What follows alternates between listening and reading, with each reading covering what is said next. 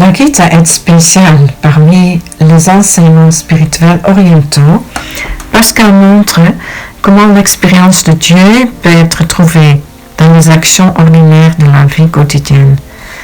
Ce sentiment de présence mystique était souvent destiné à être réservé uniquement à ceux qui abandonnaient le monde pour une vie de prière et de méditation, qui vivaient à l'écart du reste d'entre nous dans un isolement privilégié.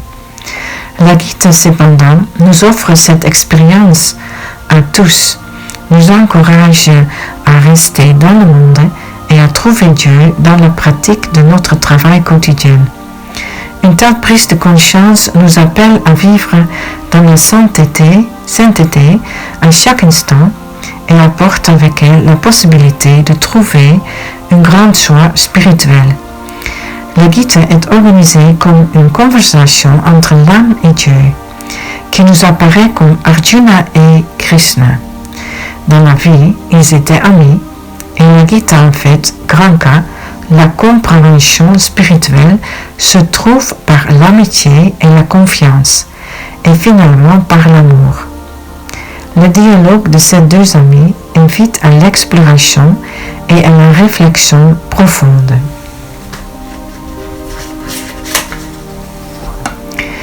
La Gita unit le monde extérieur dans lequel l'âme est immergée dans les énergies extérieures au matériel de Dieu, avec le monde intérieur où l'âme cherche côté à côté avec la personne divine. Ainsi, la Gita nous amène à la conclusion ultime de l'abandon à un Dieu aimant.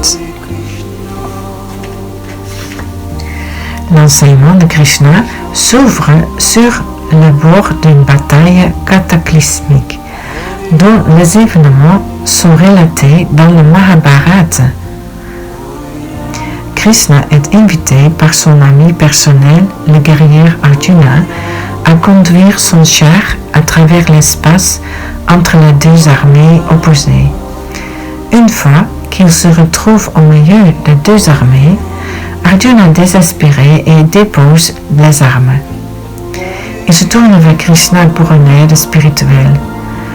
Le désespoir d'Arjuna est dû à la terrible perspective de devoir tuer ses propres amis et membres de sa famille qui font partie de l'armée adverse.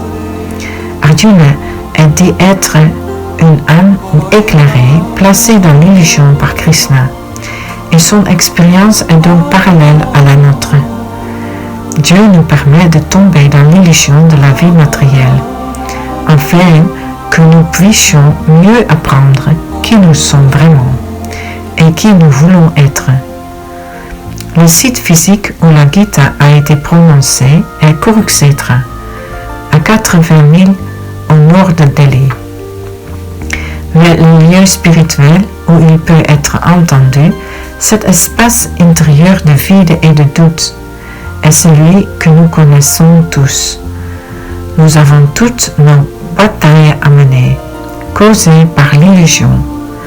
La bataille la plus dure est celle que nous menons quotidiennement avec nos propres esprits et sang. Mais même au milieu de l'adversité, nous devons trouver le temps de faire une pause, comme Arjuna l'a fait entre des armées opposées, pour contempler le mystère de la vie et ce que nous recherchons vraiment, et nous ouvrons pour entendre la voix de l'esprit. Pour ce faire, pour provoquer ce changement radical de conscience, nous avons besoin d'aide. Lors de la lecture de la Gita, nous devons nous rappeler qu'elle est prononcée à un moment si rare pour celui qui